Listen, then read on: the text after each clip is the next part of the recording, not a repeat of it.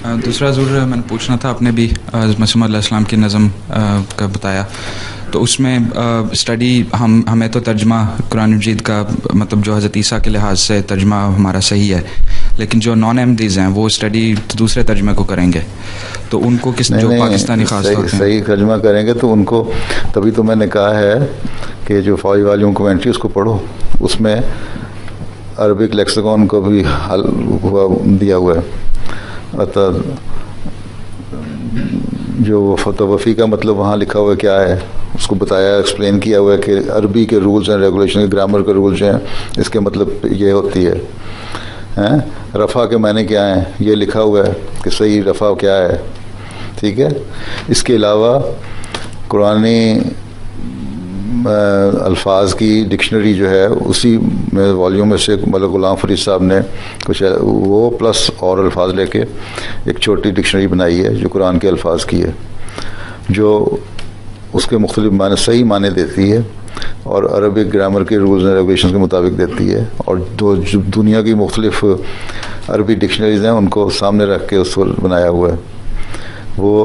आपके book stall में मौजूद है, इतनी सी किताब है, ख़रीद लेनी चाहिए हर एक को जो पढ़ने का जिनको शौक़ है। उससे आपको सही मतलब उनको कायल करें कि तुम जो माने करते हो वो माने इसलिए गलत हैं कि ये डिक्शनरी के अल्फाज ये कहते हैं, रफ़ा क्या मतलब है और तवफ़ी का क्या मतलब है, तो इस तरह उनको कायल करना है। दूसरे, हर एक को कायल करने के लिए एक ही दलील नहीं होती, ठीक है। एक बहुत ज़्यादा इल्मी आदमी है,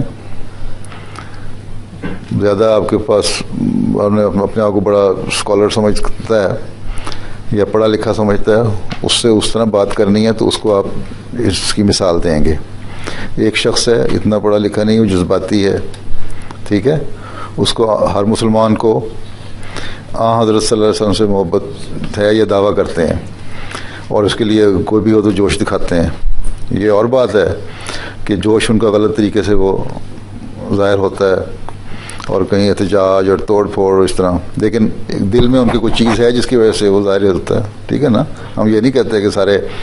उनके दिलों में इस्लाम नहीं है या दिलों में आंसलों की मोहब्बत नहीं है, होगी, उस मोहब्बत का ही वजह है ना कि वो तोड़ फोड़ करते हैं, चाहे वो गलत तरीके से इस्तेमाल कर रहे हैं ना। तो उनको, उनके लिए ये दलील होगी कि देखो तुम्हें मोहब्बत है आंसलों से, उनको तो तुम ज़मीन में दफना रहे हो,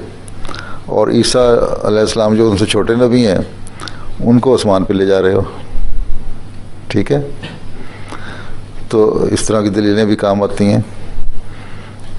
तो मुख्तलिफ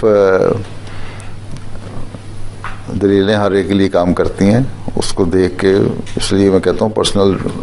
दोस्तियाँ होंगी, ताल्लुक़ होंगे, तभी दलील समझ आएगी। जब आप ग्रामर की रूह से बात करते हैं ना, हर डिक्शनरी से मायने बताएंगे तो उनके मौलवी भी कहते हैं इनसे बात ही ना करो। जी, हाँ जी, ठीक है जी, जज़ाकल्लाह।